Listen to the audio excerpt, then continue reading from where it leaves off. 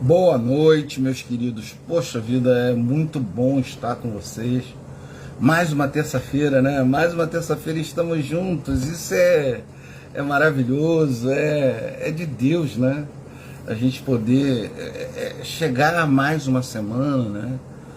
Não é uma coisa simples, queridos. A gente viver um dia, imagina viver mais uma semana, sabe?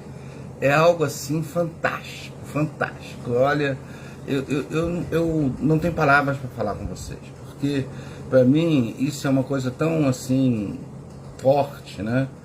Porque as batalhas que eu passo cada dia, então vencer cada dia é vitória, né? Isso não é autoajuda, não, isso é fato, é a minha vida, né? Então por isso que eu dou tanto valor a cada minuto que Deus me concede, a mim e a minha família, né? Porque eu passo por grandes dificuldades, mas Deus está sempre me amparando, sempre me guardando, sempre me dando a provisão necessária em todos os sentidos. Então eu sou grato a Deus, né? Grato por uma semana, grato pela vida de vocês, grato por tudo que Deus realizou em minha vida e na vida de vocês durante toda essa semana, né? Que chegamos hoje, a terça-feira, dia 18, né? E nós estamos muito felizes por mais um dia, mais uma noite que estamos entrando, né? Uma boa noite a todos vocês, que Jesus abençoe a vida de cada um. E agora nós vamos orar, né? Pai amado, Pai querido, muito obrigado pelos momentos que já passamos na Tua doce e maravilhosa presença. Obrigado por mais uma semana, por esse dia, por um dia maravilhoso que o Senhor nos concedeu, nos guardando, nos livrando de todo mal. Também te damos graças, Pai, pela noite, Pai, que estamos iniciando, Pai, por esse culto de louvor e adoração ao Teu santo nome, que o Senhor nos permite a te adorar através desse culto. Ó Pai, fale aos nossos corações, que seu Santo Espírito esteja presente, manejando meus lábios, minha mente e todo o meu corpo. Ó Pai, fale através de mim a cada uma dessas pessoas que estão aí, porque eu sou unicamente um instrumento Teu, que o Senhor usa como o Senhor quer e quando o Senhor quiser, e do jeito que o Senhor quiser. Ó Pai, estou completamente em Tuas mãos. Continue conosco, nos dando sabedoria agora, durante a mensagem, que Tu fale aos corações dos Teus filhos, como Tu falastes ao meu. Precisamos, Pai, precisamos de Ti. Precisamos que o Teu amor, que possamos entender, conhecer o Senhor, de forma profunda, total e incondicional. É isso que eu te peço e desde já lhe agradeço e faço em nome de Jesus. Amém. Bom, Maria José, é muito bom tê-la aqui essa noite. Que Jesus abençoe a tua vida. Eu vejo esse girassol, já sei que é você, já li aqui o seu nomezinho bonitinho. Tem uma outra pessoa, que Jesus abençoe, boa noite. Nós temos várias pessoas aí. É difícil às vezes até. Joselito, Jesus abençoe você, querido pastor, amigo Joselito Júnior, né? Que Deus abençoe você e sua linda esposa, tá? Então, hoje à noite nós vamos estar meditando sobre o amor explica a incompreensão da vida. Né? Foi o que Deus me deu a nível desse texto, que é um texto muito conhecido, né? É de grande assim, relevância para a nossa vida. Eu não vejo por que as pessoas não usarem como usam, né? Em relação a casamentos, né? Se usam muito esse texto para casamento. Eu próprio já usei, né? Não que perca o sentido, não perde o sentido. Agora, o sentido exegético dele, o sentido real, é o que eu vou passar para vocês agora. Esse é o sentido, mas faz parte do sentido de uma união. Porque quando você conhece Deus, conhece o amor de Deus, você vai ser um bom marido, uma boa esposa, e você vai passar por tudo aquilo que o casamento traz, de coisas boas e coisas não tão boas. Vanúzia, Deus abençoe a sua vida, tá? E a sua família. Seja aí com você e seus irmãos, com José, né? Que Deus esteja com ele, protegendo e guardando. Né? Então, o amor explica a incompreensão da vida? Por que eu coloquei essa pergunta? Porque as pessoas não compreendem muito bem a vida, né? A vida, Érica, né? Érica, isso aí, então. E nora da Isabela, né? É mãe, Érica é mãe da nora da Isabela. Tudo bem. Então já sei que se vocês têm pedidos, coloquem aí, que depois eu vou orar por vocês, tá? Orar pelos pedidos de vocês. Mas eu acho que nesse momento talvez seja mais importante vocês prestarem atenção nessa mensagem, porque essa mensagem é o cerne de conhecer a Deus. E a explicação, eu vou dar uma explicação versículo por versículo, né? A gente vai entender muito bem esse texto. Henrique, Jesus abençoe a tua vida, né? Ontem tive com o nosso mano Elinho, que Deus abençoe vocês, tá? Então, diz assim, o amor explica a incompreensão da vida. Queridos, o amor explica. A vida não é incompreensível, né? A vida é completamente compreensível, né? A gente consegue compreender a vida desde o momento que a gente entenda qual é o nosso propósito aqui, né? E nesse texto de 1 Coríntios 13, nós vamos meditar em todo ele, né? Ele fala claramente, as pessoas usam muito, repito, muito para união conjugais, né? Mas esse texto, ele é muito além disso daí, né? Pode ser usado em união conjugal, né? Mas a profundidade dele é muito maior do que só isso, né? Então nós vamos aqui meditar então em 1 Coríntios 13, o apóstolo Paulo usa o termo grego ágape para definir o amor com critério absoluto da maturidade espiritual. É o amor a Deus. O apóstolo Paulo está falando aí do amor a Deus, por isso que ele usa o termo grego ágape, né, que é o amor divino, é um amor celestial. O texto corrige a vaidade dos coríntios, que com dons espirituais, provando que qualquer habilidade sem abnegação ao próximo torna-se vazia, e que o amor é a única virtude eterna. Não há nenhuma outra virtude eterna que não seja o amor. O amor não termina, irmãos. O amor começa e não termina. Tudo começou em nossa vida na Terra com amor. Sabe? Foi o amor de Deus que criou todo o planeta Terra, todas as constelações. Foi o amor de Deus. E Jesus coloca isso muito claro em João 3,16, porque Deus amou o mundo de tal maneira que deu seu Filho. Então, veja, é amor. Tudo é baseado no amor, né? A indispensabilidade do amor, né? No versículo de 1 a 13, né? Línguas e profecias, né? Falar em línguas humanas ou angelicais, sem amor, reduz a pessoa a um barulho sem sentido. É como um bronze que ressoa, que soa, né? Algumas versões falam ressoa, outras dizem soa. É um bronze, como um bronze vai ressoar, entendeu? Não faz sentido, né? Hoje você essas coisas acontecerem se elas não tiverem uma finalidade, se elas não tiverem um propósito, se Deus não, porque Deus usa sempre tudo com um propósito. Então a gente tem que entender o propósito de Deus. Eu não estou dizendo que isso não é verdade, eu estou dizendo que precisa ter propósito. E o que a gente vê é uma banalização. Até nas redes sociais nós vemos pessoas usando línguas, né, e profecias, coisas que são banais.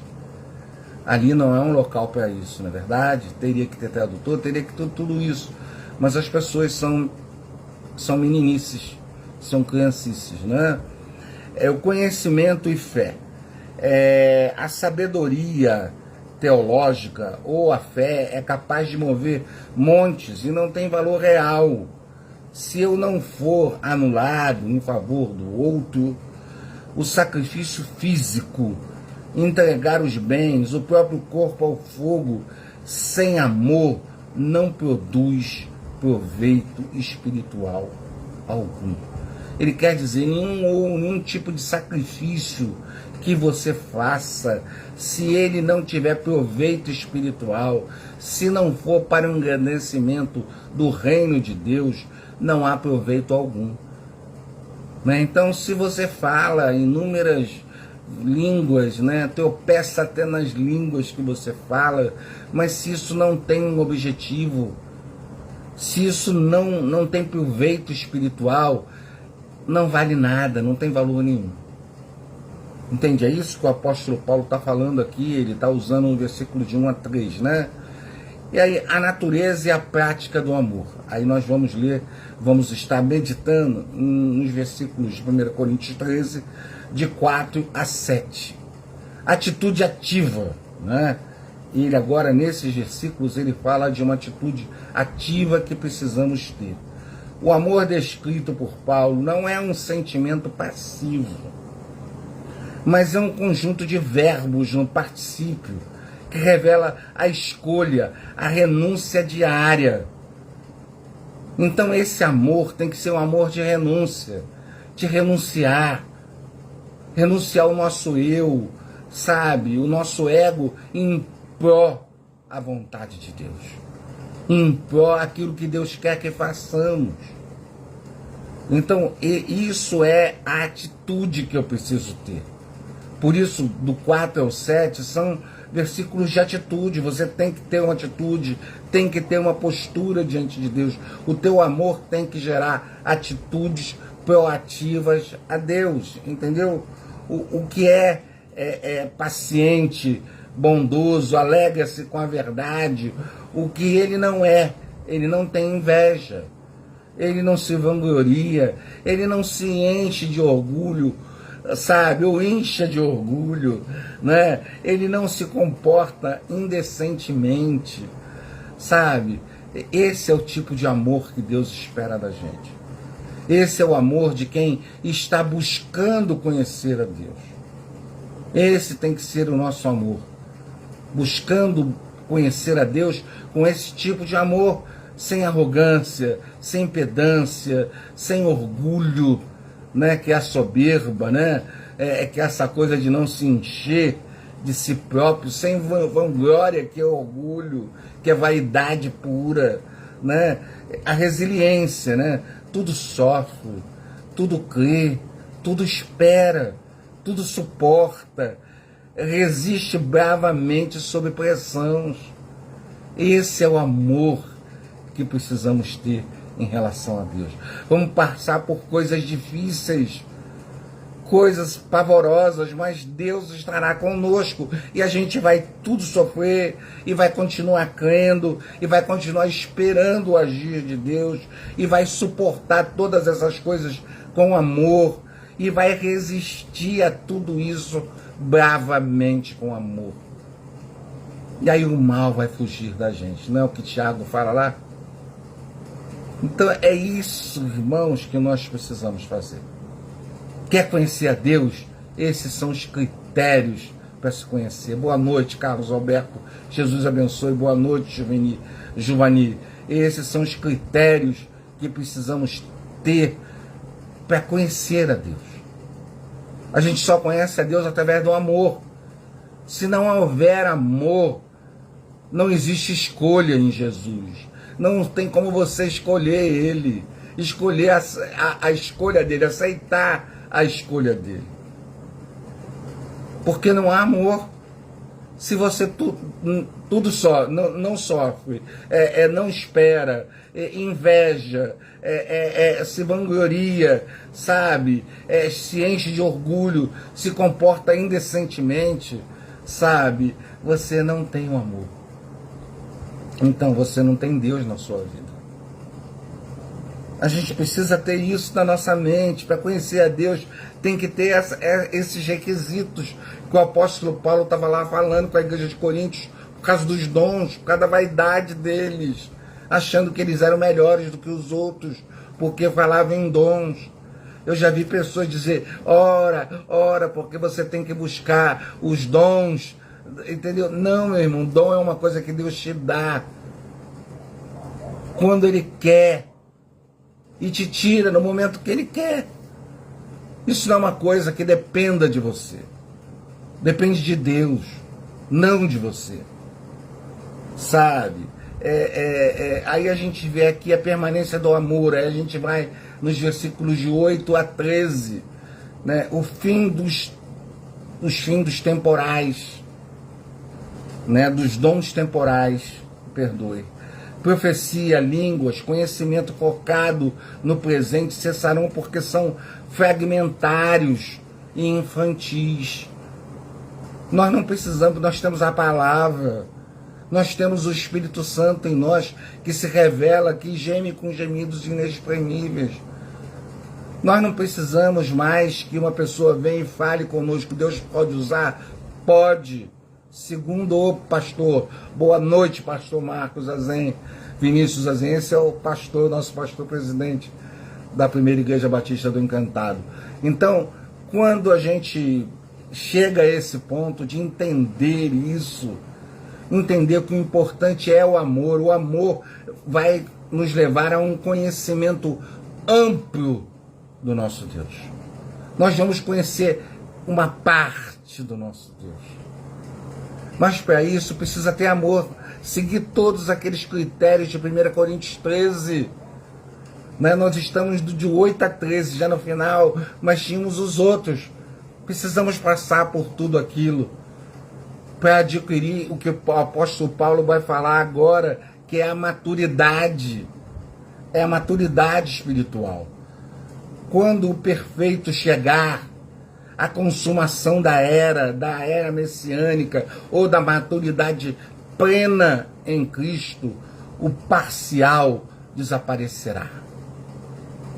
Né? A trindade das virtudes permanecem a fé, a esperança, o amor. Contudo, o maior deles é o amor, pois Deus essencialmente é amor, e essa dinâmica relacional continuará eternamente. Glórias ao nome do nosso Deus. O versículo diz: agora conhecemos em parte, ou agora conhecemos em parte. Está no versículo 1 de 1 Coríntios 13, e 1 Coríntios 13, de 13 a 12, 1 Coríntios 13, no versículo 12, também relacionado ao versículo 9, né? Na tradução corrigida do Almeida, na tradução Almeida corrigida fiel, o texto diz: porque agora vemos por espelho, enigma, mas então veremos face a face. Agora eu conheço em parte, mas então conhecerei como também sou conhecido. Então, quando a gente chega a esse ápice, a esse nível de intimidade, de total intimidade com Deus, através do amor, irmãos, é através do amor. Tudo foi criado através do amor de Deus. Nada que nós temos hoje no mundo, inclusive nós, não foi criado por amor. Deus tudo concebeu, tudo por amor. Então, se não houver amor em nós, não há o Espírito Santo em nossa vida. É preciso ter amor, mas amor com esses critérios de 1 Coríntios 11, 1 Coríntios 13, perdoe. Esses são os critérios de uma pessoa que ama a Deus, sabe? E aí a gente vê o contexto, o significado, né? O espelho antigo, né? Vamos entender um pouco do espelho antigo.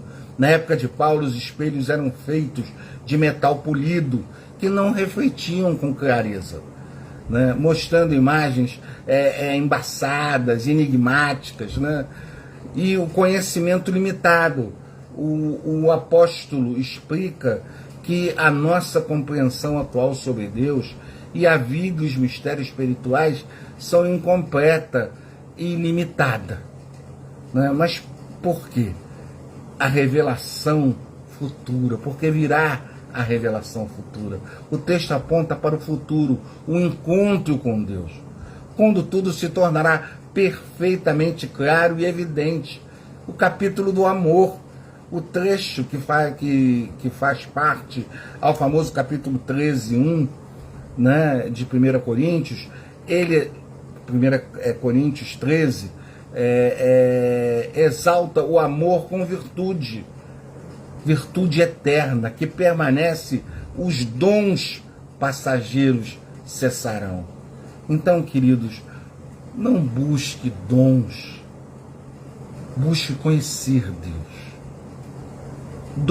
Dons são coisas que Deus dá no momento que Ele quiser, para quem Ele quiser, do jeito que Ele quiser, no momento que Ele quiser, e Ele tira no momento que Ele quiser também. Entendeu? Então não é isso que eu tenho que buscar, eu tenho que buscar comunhão com Deus. Sabe? Os dons é uma coisa que Ele se manifesta segundo a vontade de Deus. Eu tenho que buscar e tenho que exercer o amor. O amor é o elemento fundamental da vida de uma pessoa que quer ser discípulo de Jesus. Porque uma pessoa que não tem amor não é discípulo de Jesus. Mas não é mesmo, irmãos, dentro desse critério de 1 Coríntios 13. Né? Se você não tiver esse amor, você não é discípulo de Jesus. Podemos usar para o casamento? Lógico, como eu disse, lógico que podemos usar. Porque o casamento é uma fidelidade. Você tudo sofre, você vai tudo esperar, você não pode se vangloriar, não pode querer ser maior do que o companheiro ou companheira. Não, você pode ser usado, lógico que pode ser usado. Mas o sentido real, o sentido, a fundamentação total está no amor de Deus, em amar a Deus. E tirar de lado as coisas que não são mais relevantes para a nossa vida. É isso, a gente tem que expurgar o que não é mais relevante para a nossa vida. É isso que o apóstolo Paulo está falando para os coríntios. Tire o que não é relevante. Isso não é relevante. Precisa inserir o que é relevante. Essa é a preocupação. A igreja precisa levantar a bandeira do amor. Levantando a bandeira com a sua vida. A bandeira do amor é você. Você é uma bandeira do amor. Você precisa levantar essa bandeira. Ela está postulada lá, está trêmula lá, entendeu? Você é a bandeira do amor de Deus. Para que todos possam ver em você e refletir o Espírito Santo através da sua vida. Precisamos ter isso, irmãos. Precisamos buscar esse tipo de atitude. É atitude, irmãos. É atitude. Precisamos ter atitude de amar a Deus. E conhecer a Deus em parte. Não vamos conhecer Ele totalmente agora. Mas em parte conheceremos. Porque nós vemos como um espelho, aquele espelho antigo, né? Meio embaçado, meio enigmático. Né? Mas um dia vamos ver face a face. Mas isso é na glória. Aqui nós precisamos buscar ver em parte. Porque alguns nem em parte já viram. Entende? Então, tenha certeza disso. As coisas acontecem, elas acontecem, mas a gente tudo sofre, tudo suporta, tudo crê, tudo espera. A gente faz isso todos os dias, irmãos. E a nossa fé não pode, e tudo crê. A gente não pode deixar de crer em Cristo Jesus. Que Deus está conosco, que Deus está nos acolhendo, que Deus está nos dando força. É isso, não desista, irmãos. Não desista de amar esse Deus que nos ama de uma maneira tão maravilhosa, tão linda, sabe? É lindo. Olha, você olha, é o amor. Quando você vê a natureza, quando você vê uma flor se desabrochar, sabe? Eu não sei se vocês já viram uma flor abrir. É uma coisa incrível. Quando não vê pela televisão, né? Mas ver isso pessoalmente é uma coisa. Ela abrir, ver um milagre de Deus ali, com um rebento saindo, nascendo. É uma coisa maravilhosa. sabe? Então a gente tem que ter alegria em tudo, saber que Deus nos ama, que Deus continua acreditando em nós. Todos os dias as flores abrem. Quando é a temporada daquele tipo de florada, daquele tipo de flores, elas vão abrir. Isso é milagre, Deus continua acreditando na humanidade. Boa noite, Miguel, Deus te abençoe. Pô, então, acredite, querido, tenha